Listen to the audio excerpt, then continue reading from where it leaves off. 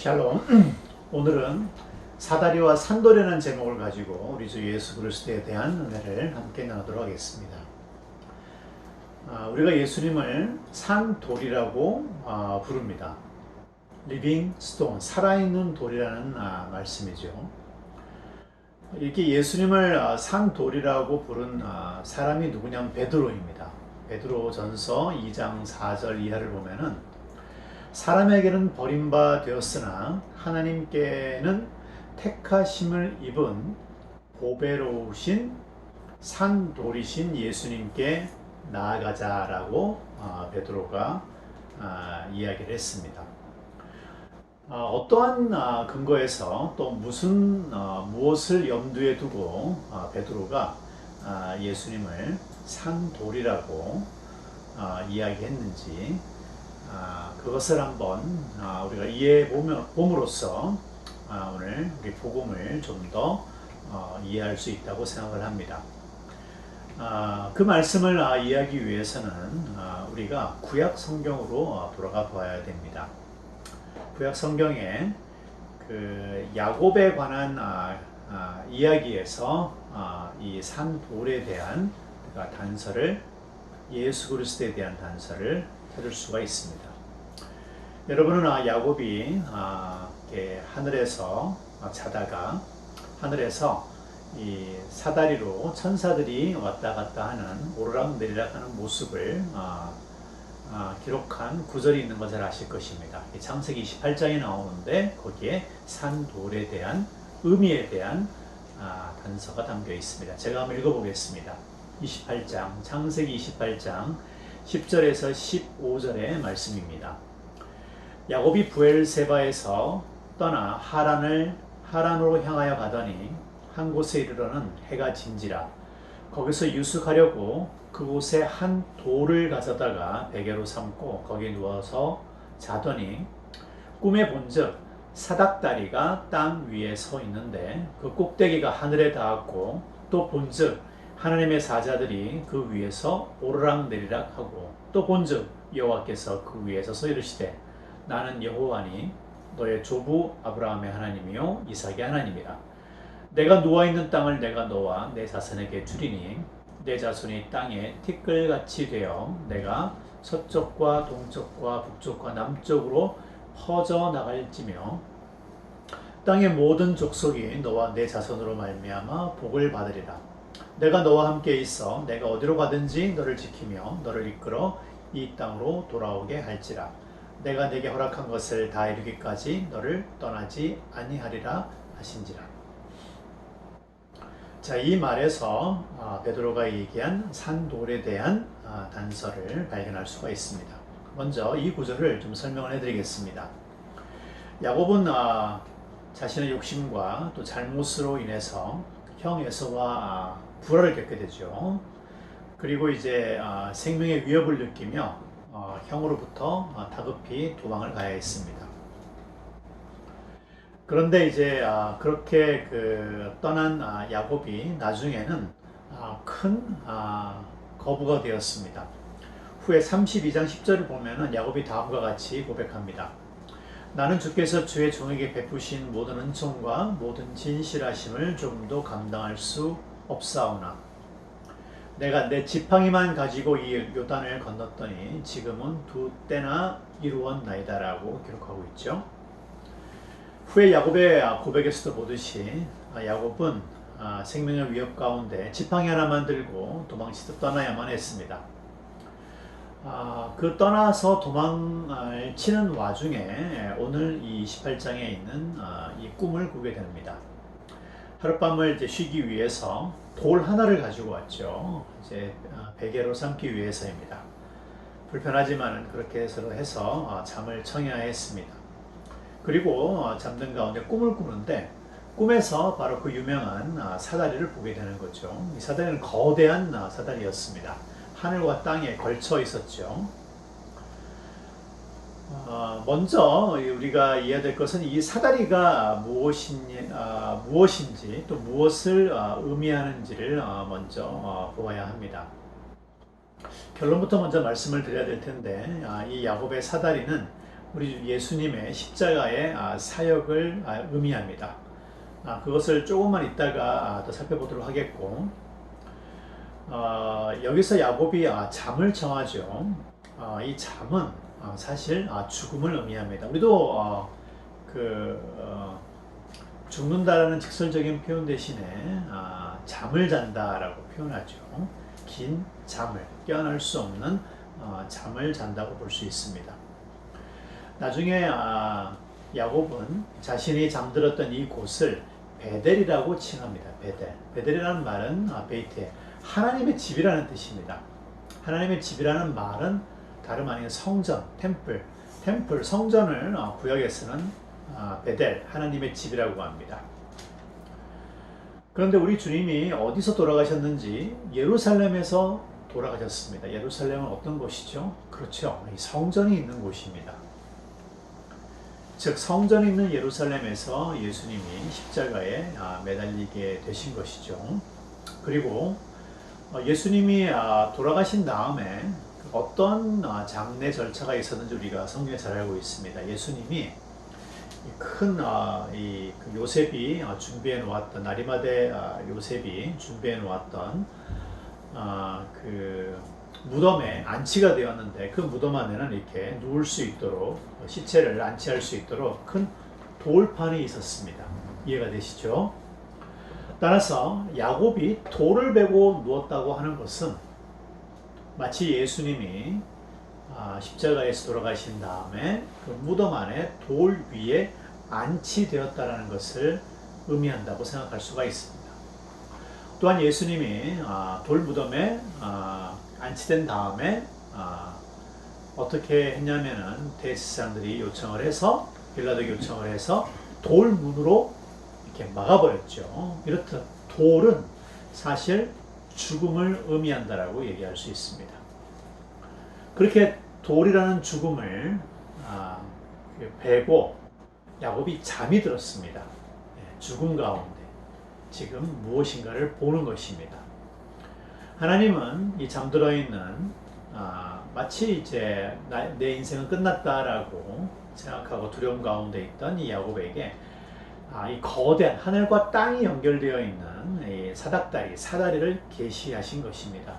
근데 그냥 사다리가 아니라 이 야곱은 하나님의 천사들이 이 사다리를 타고 내려왔다가 올라가는 것을 보게 되는, 내려왔다가 올라가는 것입니다.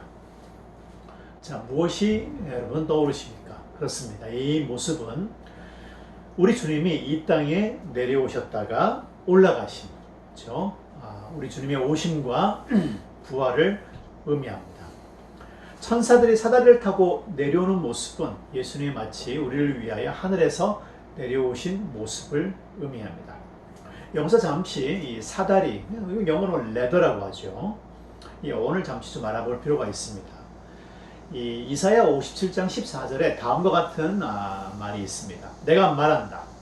땅을 도두어서 길을 내어라. 나의 백성이 걷는 길에 거치는 것이 없게 하여라. 아주 놀라운 복음의 말씀이죠. 도두다라는 말, 그렇게 자주 쓰는 말은 아니지만은 이게 순수 한국어입니다. 한국말인데, 도두다라는 말은 무엇인가를 쌓아서 채우다, 높아지게 하다라는 말입니다. 돛우다라는 말입니다. 무너진 것이 있다면은 밑을 괴어서 쌓아 올려서 높아지게 해야 되겠죠. 요즘 최근에 비가 많이 와서 많은 길이나 다리 무너졌습니다. 길이 꺼져 버렸어요. 포토홀이 생겼습니다. 어떻게 해야 될까요? 예, 흙을 다시 채워서 메꿔야 합니다. 그렇죠? 왜 제가 이 얘기를 하냐면은 이 사달이라는 말을 히브리 말로 술람이라고 하는데, 이 말은 이사야서에 방금 나와 있는 도두다라는 말에서 나왔어요. 도두다라는 말을 살람이라고 하는데, 살람, 술람 비슷하죠. 예, 도두른 겁니다. 높아지게 하는 거예요. 원래 사다리는 낮은 곳에서 높은 곳으로 올라가기 위해서 이렇게 만든 기구이죠. 따라서 이 사다리라는 말은 무엇인가를 도두다, 높아지게 만들다, lift up, 들어 올리는 겁니다. 들어 올리다라는 말에서 나왔음을 알 수가 있습니다. 이사야서는 백성들이 하나님께 구원을 받아서 다시 예루살렘으로 돌아오는 이 구원의 길을 어떻게 묘사를 했냐면은 하나님이 없던 길을 만든 거예요. 무너진 길을 보수하는 겁니다.